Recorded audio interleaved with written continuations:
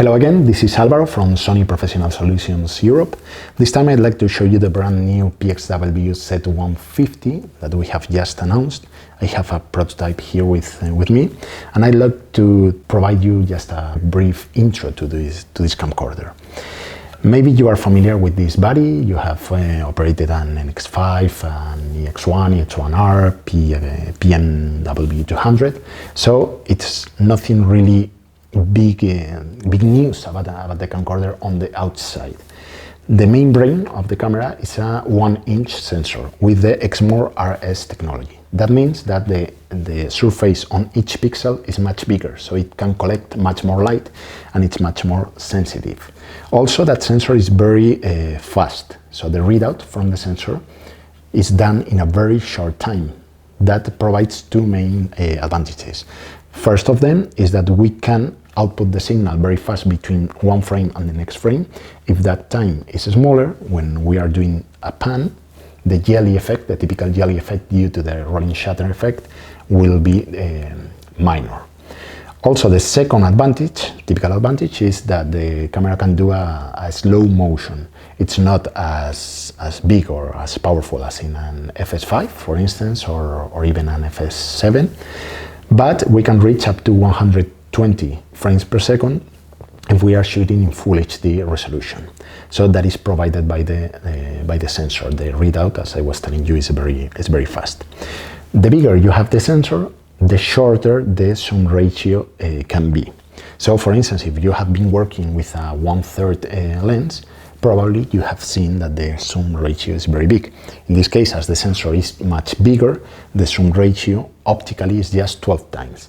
But we can reach up to 18 times zoom due to the clear image zoom technology. That clear image zoom is, let's say, double path technology.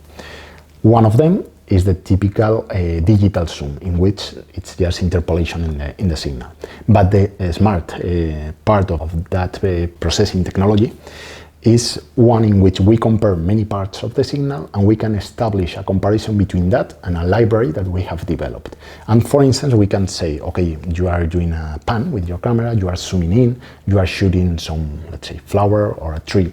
So that allows me to have a much more accurate zoom on the camcorder. Also, it's a very good quality lens, so it will avoid the typical effects on the corner due to the glass. So in this case, we have a couple of technologies that are quoted here that will allow you to have a much better picture quality with less aberration. More things about the camcorder. If we are shooting in 4K, can be recorded into the SD cards at a bit rate of 60 or 100 megabit per second. The codec in that case is XAVC long op. Also, the camcorder incorporates the typical XDCAM. It belongs to the XDCAM family, so it incorporates not only the 50 megabit per second, but also the 35 megabit per second codec. So if you are recording in a very well-established and optimized workflow, because you have been working, let's say, with X200, then in that case, this camera is going to be transparent when referring to the codec. Also, the outputs, obviously you can record externally, but the codec is powerful enough, are mainly an HDMI and an SDI connector. That way we can output the full HD resolution through the SDI connector, which can be 3G SDI, so 50p or 60p at a full HD resolution. And through the HDMI we can output the 4K signal. More things that are typically seen on these cameras nowadays. Since we have 1 and 2 recording buttons, one in the grip, another one in the handle, and we have 2 card slots, we can command each one of them from a different button. So for instance, if you are shooting, let's say, a live concert or a football match, you can record everything on one of the cards, let's say B, and we can input the cues, or we can make different clips in card A, for instance, which is very useful to not lose anything on our footage.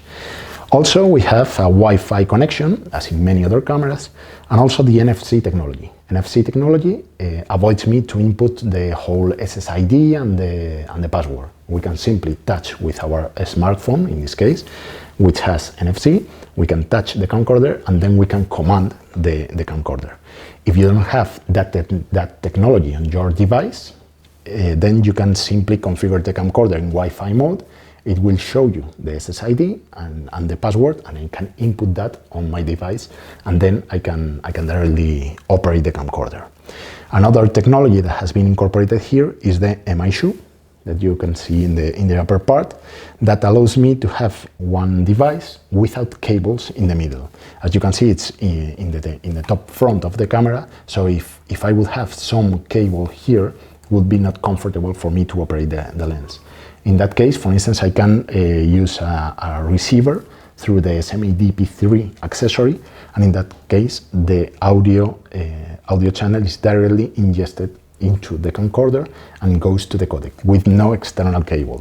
Or for instance, I can have a receiver for 2 XLR audio inputs. Another one is a LVPC torch that I can command from the camcorder. We have the typical batteries that maybe you are familiar with. Let me shut down the camcorder, and you will see that they are the NPF batteries, not the BPU that we typically have on other XDCAM models. So they are very, let's say, easy to find, and they are very reliable. Also, you have third parties, but I would recommend you to use the Sony batteries. So this is what I mainly wanted to show you about this new camcorder. I hope you like it. This is just a very brief introduction. Obviously, I'm not talking about the whole things that I can reach with this camcorder, but if you have any doubt and I can respond to that, please drop me some line on the comments on this video. And I would also recommend you to take a look on the rest of the videos which are related to this, explaining the clear image zoom, the independent trigger, and things like that. So thank you very much for taking a look on my videos, and see you there.